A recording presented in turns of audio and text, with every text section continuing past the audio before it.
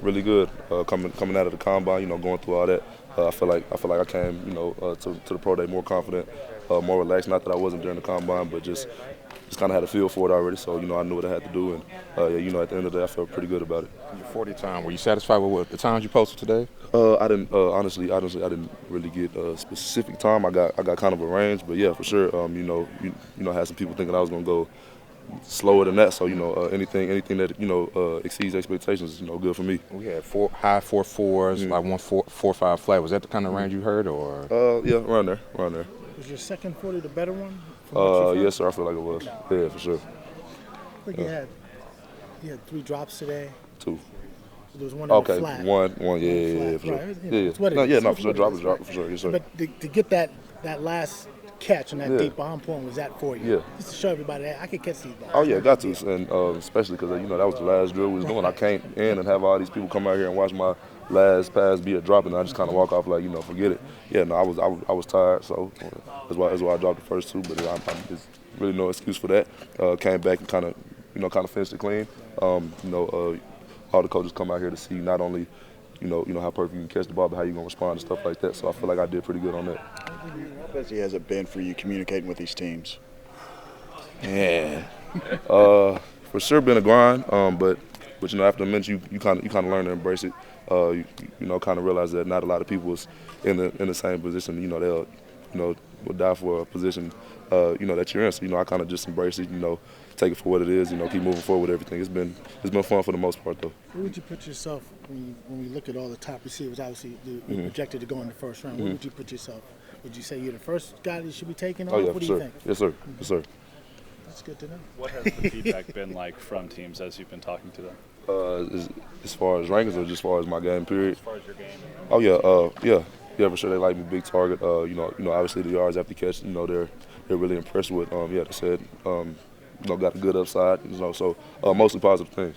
Will Dallas be one of your 30 visits, or will you do the Dallas State tomorrow? No, it'll be one of my 30 visits. 30? Yes, sir. Okay. You were highly ranked coming out of high school, but you got to pick where you're going. Now, as a college prospect, you're also very high on NFL radars. How different is that, knowing that you don't have any choice to where you're going to end up? Yeah, I don't really got no problem with it. You're younger, kind of making that decision. It was kind of hard at that time because you potentially choosing the next step to kind of put you on for the rest of your life. Now it's like I did all the work. Now I'm just waiting for somebody to pick me, and whoever picked me, I'd be real happy with it. What makes you the best receiver right now? Yeah, What makes you that? Yeah, for sure. I'm a 6'3", 6'4" receiver that is able to create real separation at the top of my routes, in and out of my breaks, and my yards after catch is top tier. I've set records in the Big 12 for the most of my first year and my second year, combined. So I feel like that's real big. My looseness at the top of my route when I get the ball, and obviously the deep ball is something that I'm real good at as well. It looks like part of the process you've gone through is training with D-Rob. How much has he helped you? Yeah, a lot. I came in.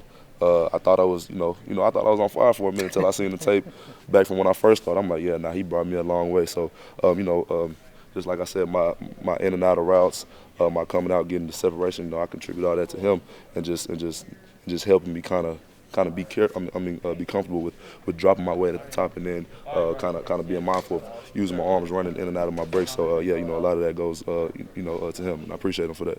Are you planning to be out there in Kansas City? For sure. That's a once in a lifetime chance. I already got my suit ready. My homeboys coming in. I done picked everything from the shoes to the cologne out, so I'm gonna be cool. And what was it like to wear TCU one final time? Yeah.